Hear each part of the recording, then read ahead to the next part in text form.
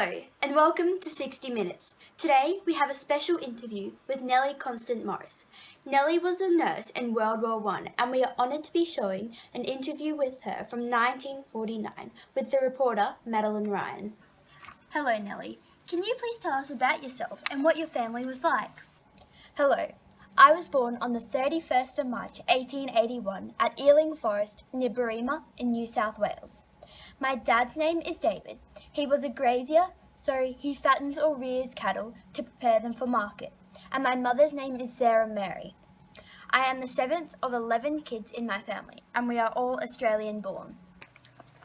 So, how did your nursing career start? I started training on the 27th of November 1903 at the Alfred Hospital in Sydney. By 1906, I was a qualified staff nurse and I had received my 4-year certificate in 1907. This was a very exciting time of my life, as it was the starting point to my career. I had then received my dispensary certificate and I was experienced as a theatre nurse and an instrumental nurse. I then went on to do my midwifery course at the Royal Hospital for Women, and then I nursed privately in 1907 to 1909. Then, at the Prince Private Hospital in Randwick, I was a senior sister. In 1912, I was an acting sister in charge of Alexandra and Mary Roberts wards. And when did you enlist for World War I? And where did you embark?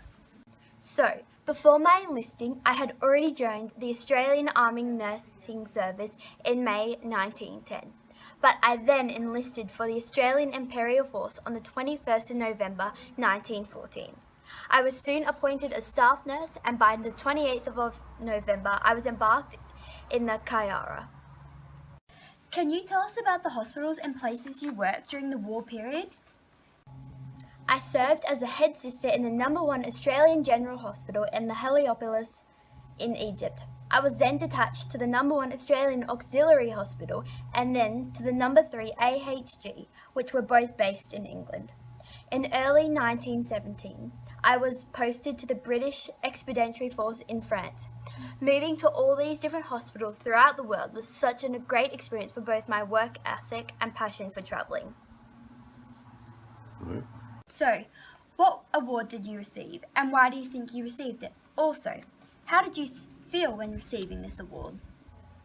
On the 3rd of June in 1918, I was awarded the Royal Red Cross, the second class. Now, when they presented me with this award, I believe they stated that it was for valuable services with the armies in France and Flanders. It was an honour to receive such an incredible award, even though I thought that I was just doing my job, and there were so many other incredible men and women out there working hard. Although it was a pleasure to be recognised for my hard work and dedication to my job. So, what were your plans after war ended? I returned to Sydney because my appointment ended on the 15th of January 1919. I then became matron of the George Heights Military Hospital, Mossman, and the sub-matron at the Prince of Wales Hospital in Randwick. By June 1924, I was appointed secretary of an association which was focused on midwifery and the care of infants. This was the New South Wales Lady Jubilee's Bush Nursing Association. At this association, I was responsible for subscriptions, donations, finances, and the preparation and presentation of annual reports. I then represented the New South Wales at the Interstate Bush Nursing Stretcher, which I had observed in use in France. This was in 1926. Because I did all of this travelling to different hospitals, it led to the appointment of a full-time assistant secretary. In June 1934, I was then appointed MBE, which is the most excellent order of British Empire. By about 1938, I was visiting some of 60 different nurses, and then 10 years later, I retired to living at Chatswood, having worked as secretary for 24 years of the 37 years of the BNA. I was honoured to be elected a life member. This was for virtue of my service and devotion. After finishing war, can you compare your thoughts from before and after? Well, before war, they used something called propaganda, which is something they use in hope to influence community thoughts and viewpoints about war. The government used this for World War I to give people the information about war that they only wanted to hear. To do this, they twisted the truth about what was really happening. This made a lot of people support war because they promoted it as something to fight for. I knew that they were enlisting for men to fight, which seemed normal, and then I saw that they were looking for nurses, so I thought, what an interesting way to travel the world and get to do my job at the same time. So before war started, I didn't think that it was going to be as bad as it actually was because of the propaganda. However, after coming back from war, I realized that it is a horrific thing to be a part of, especially considering that the government got around 420,000 Australian men to enlist, which is about 38.7% of men between the age of 18 and 44. They also promoted it that we would get to be a part of an incredible victory. That was of course if you made it back, which majority of the men didn't. Overall, my before and after thoughts of war are completely different. Before, being that they needed our help, and after war, my view changed dramatically because of the fighting and deaths and how horrific it is.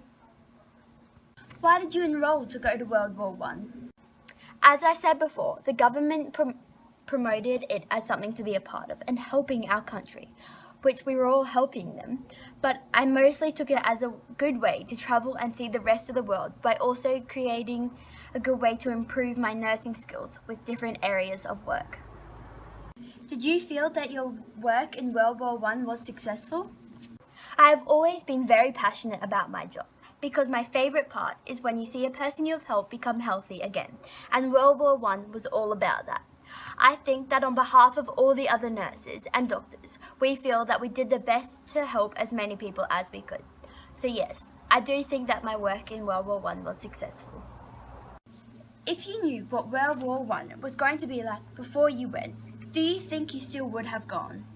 Well, that's a hard question because after seeing what happened throughout war and how it is such a horrific event, I think that I still would have gone to help out all the wounded soldiers. The soldiers out there fighting for our country needed our help to get stronger again to keep fighting. So I think that is an important job with important people. Thank you, Nellie and Madeline, for that interview. Now, don't go away. We will be back after the break with a new and exciting interview.